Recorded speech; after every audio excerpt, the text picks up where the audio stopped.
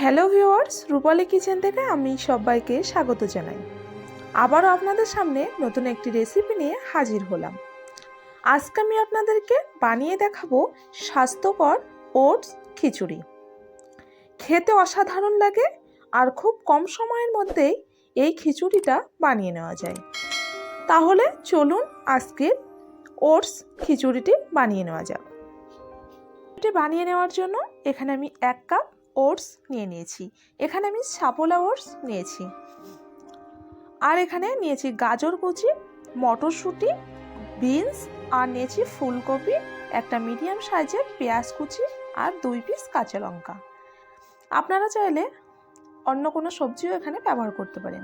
আমি আমার পছন্দ মতো সবজি এখানে নিয়েছি।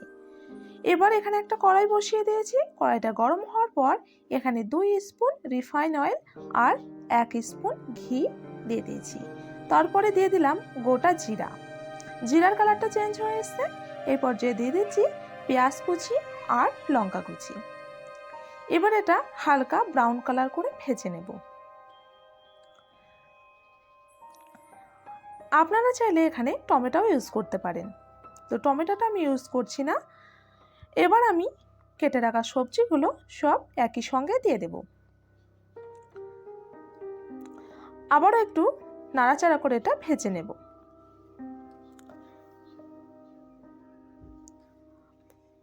দিয়ে দিচ্ছি স্বাদ মতো লবণ।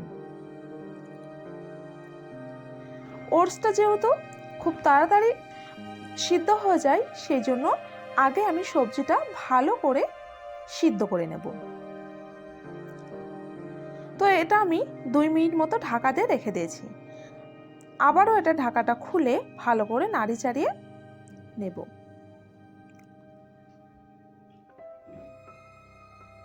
এবার আমি দিয়ে দিচ্ছি 1/2 চামচ গুঁড়ো লঙ্কা,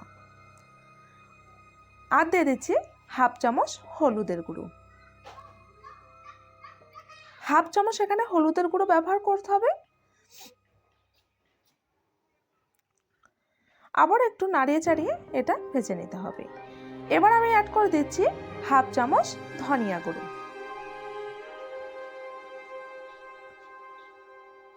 এবার একটু জল দিয়ে এটা সিদ্ধ করে নেব। জলটা আমি কতটা পরিমাণে ইউজ করেছি সেটা কিন্তু দেখিয়ে দিলাম। এটা জাস্ট সিদ্ধ করার জন্য এখানে আমি অল্প একটু জল দিয়ে দিয়েছি। আবারও 3 মিনিট মতো ঢাকা দিয়ে এইভাবে রেখে দিতে হবে। 3 মিনিট হয়ে গেছে আর জলটা কিন্তু শুকিয়ে এসছে।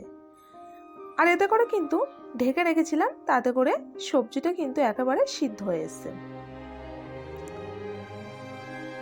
এই পর্যায়ে আমি দিয়ে দিচ্ছি ওটস। ওটসটা দেওয়ার পর আবারও নাড়িয়ে চাড়িয়ে 1 থেকে 2 মিনিট ভেজে নিতে হবে। তাতে করে ওটসের যে কাঁচা গন্ধটা সেটা কিন্তু একদমই থাকবে না। আর গ্যাসের ফ্লেম লো টু মিডিয়াম রাখতে হবে, নয়তো ওটসগুলো পুড়ে যাওয়ার সম্ভাবনা থাকতে পারে। এইভাবে নাড়িয়ে চাড়িয়ে একটু ভেজে নেব।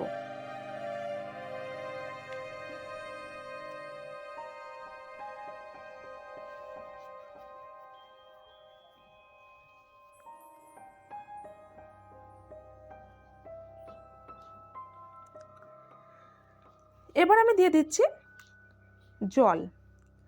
এখানে আমি এরকম একটা গ্লাসের 1 গ্লাস আর 1/2 গ্লাস জল ব্যবহার করছি।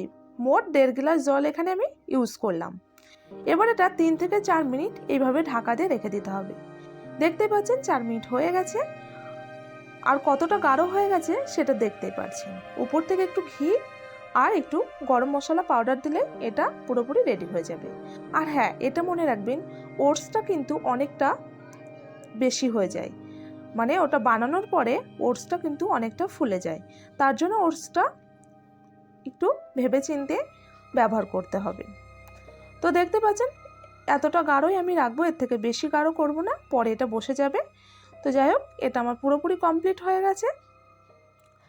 দেখতেই পাচ্ছেন এটা কতটা সুন্দর লাগছে, খেতে কিন্তু অসাধারণ লাগে। তো আমার এই রেসিপিটা দেখে যদি বানিয়ে নেন, আপনাদের কিন্তু সেম রেজাল্টই আসবে। তো আজকের রেসিপিটি কেমন লেগেছে কমেন্ট বক্সে জানিয়ে দেবেন। আর আমার চ্যানেলটি না সাবস্ক্রাইব করা থাকলে সাবস্ক্রাইব করার অনুরোধ রইল। তাহলে আজকের মতো বিদায় নিচ্ছি। দেখা হবে আবার নতুন একটি রেসিপি নিয়ে। ধন্যবাদ।